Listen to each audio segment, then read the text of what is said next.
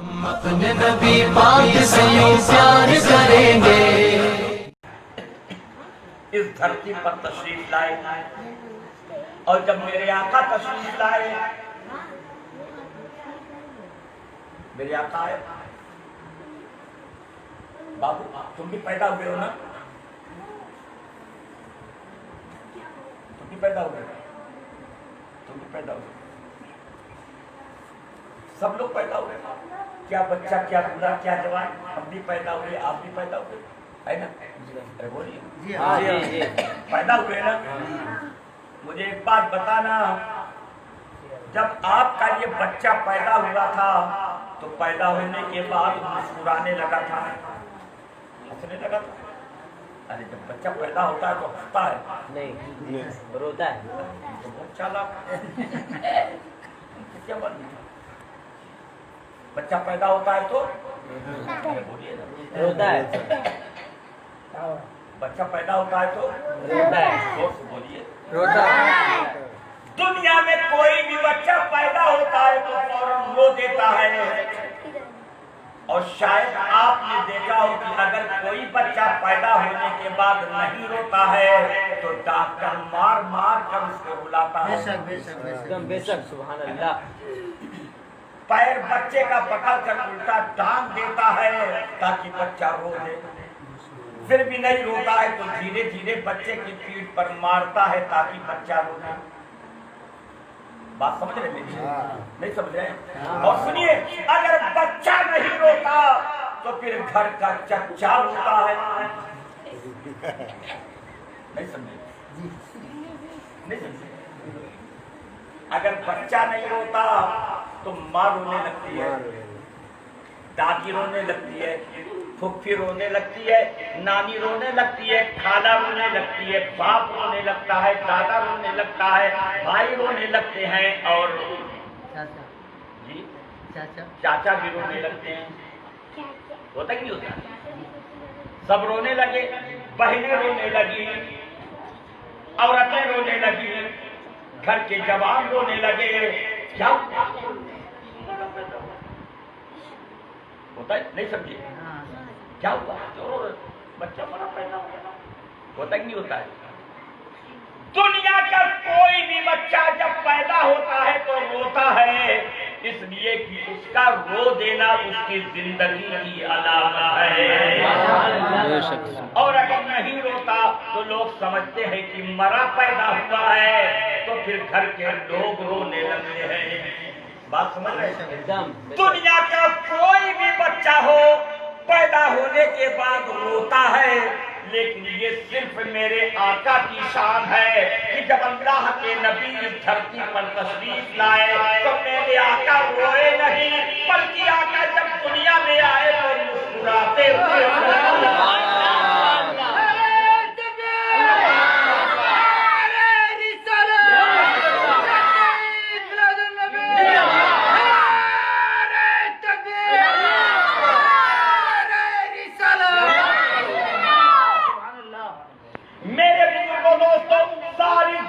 روتی ہوئی پیدا ہوتی ہے اور میرے آقا جب دنیا میں آ رہے ہیں تو مسکراتے ہوتے آ رہے ہیں. آپ سوچیں گے آخر کیوں؟ تو شمیم السما بتاتا ہے محبت سے سنو، پوری دنیا آ رہی ہے، چھوٹا بچہ ہو بوڑھا ہو کوئی بھی ہو، کوئی بھی پیدا ہوا ہے تو روتا ہوا پیدا ہوا، لیکن جو میرے سرکار مسکراتے ہوئے آئے تو میرے سرکار ہم سبوں کے لیے رحمت بن کر کے آئے.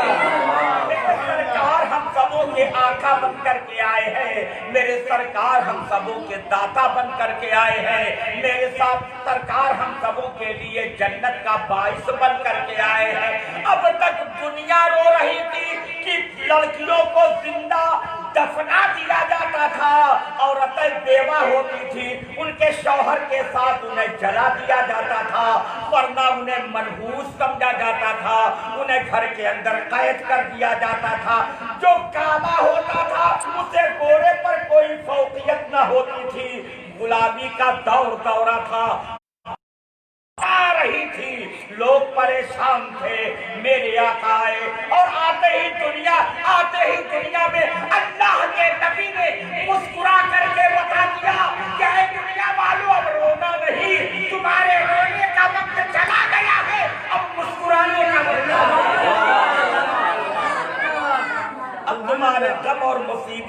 وقت چلا گیا ہے، اب تمہاری خوشیوں کا سامان آ گیا ہے، اب بچیوں کو زندہ دفنایا عورت ہے اگر بیوہ ہو جائے گی تم نے منحوس نہیں سمجھا جائے بلکہ محمد تمہارا رسول کونین صلی اللہ تعالی علیہ وآلہ وسلم 40 سالہ بیوہ سے شادی کر کے ان کی زندگی کی برکت کو بڑھا رہا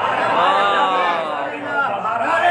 تکبیر رسالت حضرت علامہ مولانا سلیم الجماع تکبیر رسالت میرے سرکار آئے تو مسکراتے ہوئے آئے، سبحان اللہ، میرے سرکار آئے تو مسکراتے ہوئے آئے، اس سے بولو مسکراتے ہوئے آئے، اس سے بولو مسکراتے ہوئے آئے۔ آپ گھبراؤ نہیں، یہ وقت ہمارے ہندوستان میں ہم لوگوں کے لیے ہے بہت نازک ہے نا، جی جی جی ارے نازک ہے جی نا، ہاں بالکل بہت نازک نازک ہے نا، ارے نازک ہے نا، لیکن شمیم الدمع کہتا ہے کوئی ہو نہ ہو ہمارا سہارا تو ہمارے مصطفیٰ ہے، کوئی ہو نہ ہو ہمارا سہارا تو ہمارا خدا ہے، اور ہمیں اپنے مصطفیٰ اور اپنے خدا پہ نام ہے۔ دنیا کا مالک میرا مولا ہے، مولا جو چاہے گا وہی ہوگا۔ ایک کورونا آ گیا،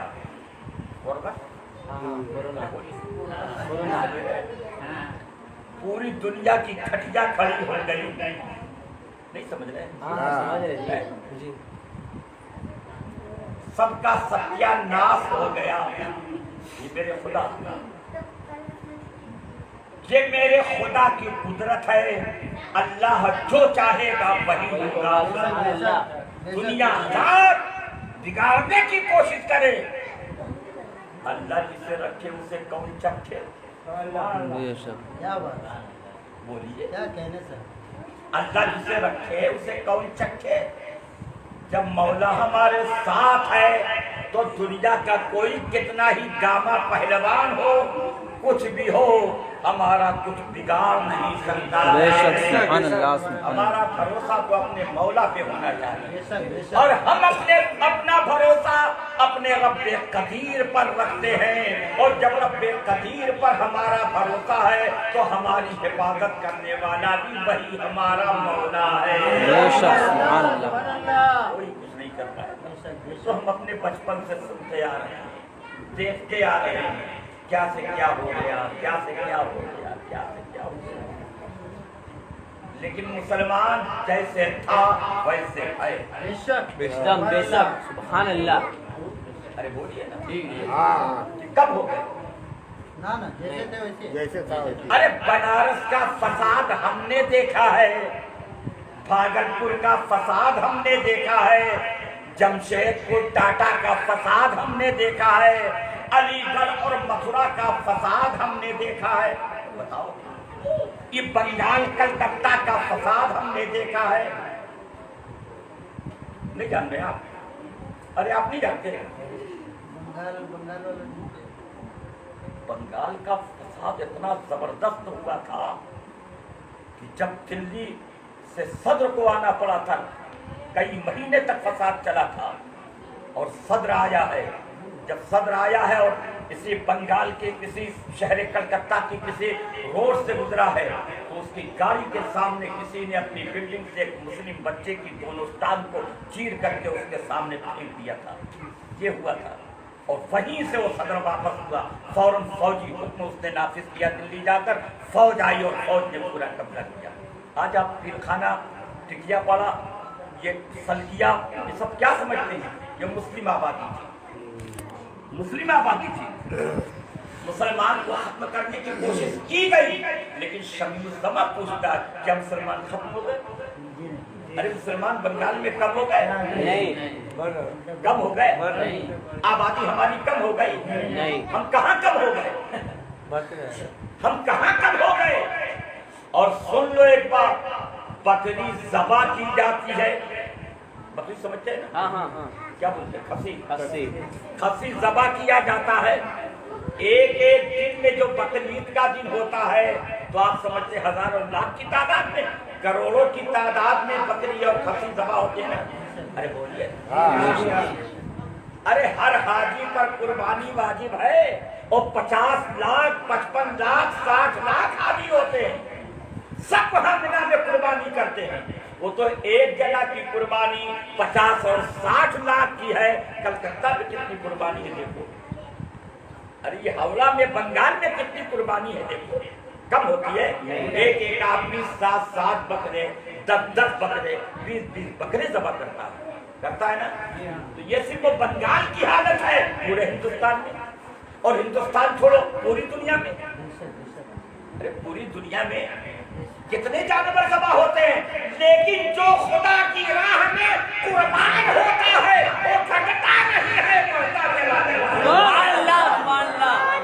مسلمان اپنے اللہ کو ماننے والے ہیں اور اللہ و رسول پر جان دینے والے ہیں. یہ جتنے ہی مارے جائیں گے اتنے ہی بڑھتے جائیں گے. بات سمجھ رہے ہیں؟ ارے بات سمجھ رہے ہیں؟ بات سمجھ رہے ہیں نا. تو گھبرانے کی کوئی ضرورت نہیں ہے. ہمارا مالک ہمارا اللہ ہے. ہمارا مالک ہمارا اللہ ہے. ہمارا محافظ ہمارا اللہ ہے. ہم کو بھروسہ اپنے اللہ. ہمارا اللہ جو چاہے گا وہی ہوگا. بات سمجھ رہے نا. لیکن اللہ کی مرضی کے پتا بھی نہیں ہلتا. اللہ کی مرضی کے بغیر کچھ نہیں بولیے نا. نہیں ہوتا. وہی ہوتا ہے جو منظور ہے. آپ کو بہت سمجھدار ہے کہ تو آدھا میں بولوں آدھا آپ بولو کام چل جاتا ہے. ماشاءاللہ. اللہ تعالیٰ فضل فرمائے. میرے آقا حضور سید کونین صلی اللہ تعالی علیہ وآلہ وسلم تشریف لائے. دنیا روتی ہے میرے آقا مسکرا رہے ہیں. سبحان اللہ. ایک بات اور بتاؤ ٹائم زیادہ ہو رہا ہے کیا؟ 15 منٹ اور نہیں ابھی 1 گھنٹہ رات بھر بیان ابھی بھی 1 گھنٹہ. رات بھر بیان کریے. میرے بزرگوں دوستوں میری بات غور سے سنو. دنیا میں کوئی بھی بچہ پیدا ہوتا ہے تو بچہ پیدا ہونے کے بعد مجھے یہ بتائیے کچھ کر سکتا ہے؟ کچھ بیٹھ سکتا ہے؟ خود سے لیٹ سکتا ہے؟ ارے بولیے نا. کروٹ بدل سکتا ہے؟ کر سکتا ہے؟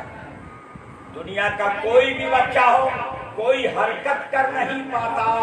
لیکن میرے آقا تشریف لائے جیسے ہی دنیا میں آئے آقا نے اپنے دونوں گھٹنوں کو کھڑا کر دیا اور رکوع بیٹھ گئے. یہ میرے آقا کی شان ہے. اللہ کے نبی اپنے دونوں گھٹنوں کو کھڑا کر کے رکوع بیٹھ گئے اور میرے آقا نے انگلی کا اشارہ آسمان کی جانب کیا اور زبان پاک سے فرمایا اللہ اکبر اللہ اکبر اللہ اکبر. 3 مرتبہ میرے آقا نے اللہ اکبر کہا. پھر آپ نے برابر سنا ہوگا کہ آقا سجدے میں چلے گئے. سنا ہے کہ نہیں سنا ہے؟ اور آپ نے یہ بھی سنا ہوگا کوئی بھی بچہ پیدا ہونے کے بعد بول نہیں سکتا ہے لیکن میرے آقا جیسے ہی دنیا میں آئے فوراً بولے اور سجدے میں گئے. اپنے مولا کا نام لے کر اپنی امت کو فوراً یاد کر دیا. کیا کہا؟ رب ہب لی امتی رب ہب لی امتی رب ہب لی امتی. اے مولا میری امت میرے حوالے کر دے. اے مولا میری امت مجھے ہبہ فرما دے. اے مولا میری امت کی بخشش فرما دے. سبھی مصطفیٰ کہتا ہے میرے آقا دنیا میں آئے تو اپنی امت کو یاد کیا, اپنی امت کی مغفرت کے لیے دعائیں کی, اپنی امت کی بخشش کے لیے دعائیں کی. تو اس امت کو جہنم میں کون لے جائے گا؟ اور بتاؤ صرف آنے کے بعد نہیں, جس دن میرے آقا کی آمد کس تاریخ کو یہ ربیع الاول کی 12 تاریخ ہے نا, نماز فجر سے پہلے صبح صادق کے وقت بھور کے ٹائم. اور اللہ کے نبی جو اس دنیا سے تشریف لے گئے ہیں تو بھی ربیع الاول کی 12 تاریخ تھی.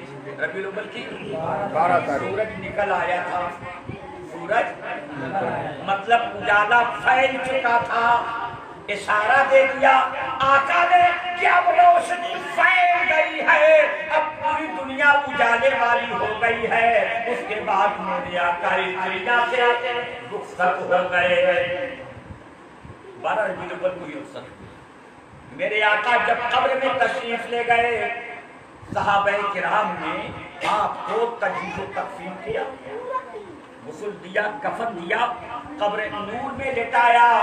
جب میرے آقا کو قبر نور میں لٹایا اور آپ کے چہرے مقدس سے کفن سرکایا تو صحابہ دیکھ کر کے حیران تھے کہ اس وقت بھی مصطفیٰ جان عالم کے لبھائے مقدس ہل رہے تھے۔ اللہ کے نبی کے ہونٹ مبارک ہل رہے تھے۔ صحابہ سوچنے لگے کہ اس وقت کس کی یاد ہو رہی ہے، نبی کون ہے اس وقت کسے یاد فرما رہے ہیں، کیا کہہ رہے ہیں۔ ایک صحابی رسول فوراً قبر میں اترے اور اپنا کان اللہ کے نبی کے منہ مقدس کے قریب کیا تو سن کر کے حیران تھے کہ نبی کے دو جہاں اپنی قبر میں کفنانے کے بعد بھی، قبر میں لٹائے جانے کے بعد بھی اپنی امت کو یاد کر رہے تھے اور اسے ہمیں امت کی سبحان اللہ۔ یہ ہے میرے آقا کی شان۔ میرے بزرگوں دوستوں، اللہ کے نبی تشریف لائے تو اس وقت جو دنیا کا دستور تھا، دیہات سے داریاں شہروں کی جانب آتی تھی اور شہروں میں جو بچے پیدا ہوئے تھے تو انہیں اپنے ہمراہ دیہات میں لے جایا کرتے تھے۔ آج دیہات سے بہت ساری داریاں آئی ہیں اور مکہ شہر میں جتنے بچے پیدا ہوئے تھے، مالدار گھروں کے بچے تھے، داریاں آئی اور سب دائیوں نے مالدار گھروں کے بچوں کو لے لیا۔ ایک بچہ جو یتیم نہیں، شمیم الزمہ کہتا ہے، جو یتیم تھا، محمد عربی والد حضرت عبداللہ پہلے ہی اس دنیا سے پوچھ کر چکے تھے، یتیم بچہ۔ کوئی دایا انہیں لینے کو تیار نہ تھی کہ ان کے یہاں سے کیا ملنے والا ہے، یہ تو یوں ہی یتیم ہے۔ لیکن قسمت کا ستارہ حضرت دائی حلیمہ کا بلند تھا۔ حضرت دائی حلیمہ غریب تھی، ان کی اونٹنی کمزور تھی، اس لیے کہ ان کو اپنی سواری کو کھلانے اور پلانے کو دانا اور چارہ دینے کو کچھ نہ تھا۔ اونٹنی چلنے میں کمزور تھی، دھیرے دھیرے آ رہی تھی۔ سب دھائیاں تیزی کے ساتھ آئی، مالدار گھروں کے بچوں کو لے لیا۔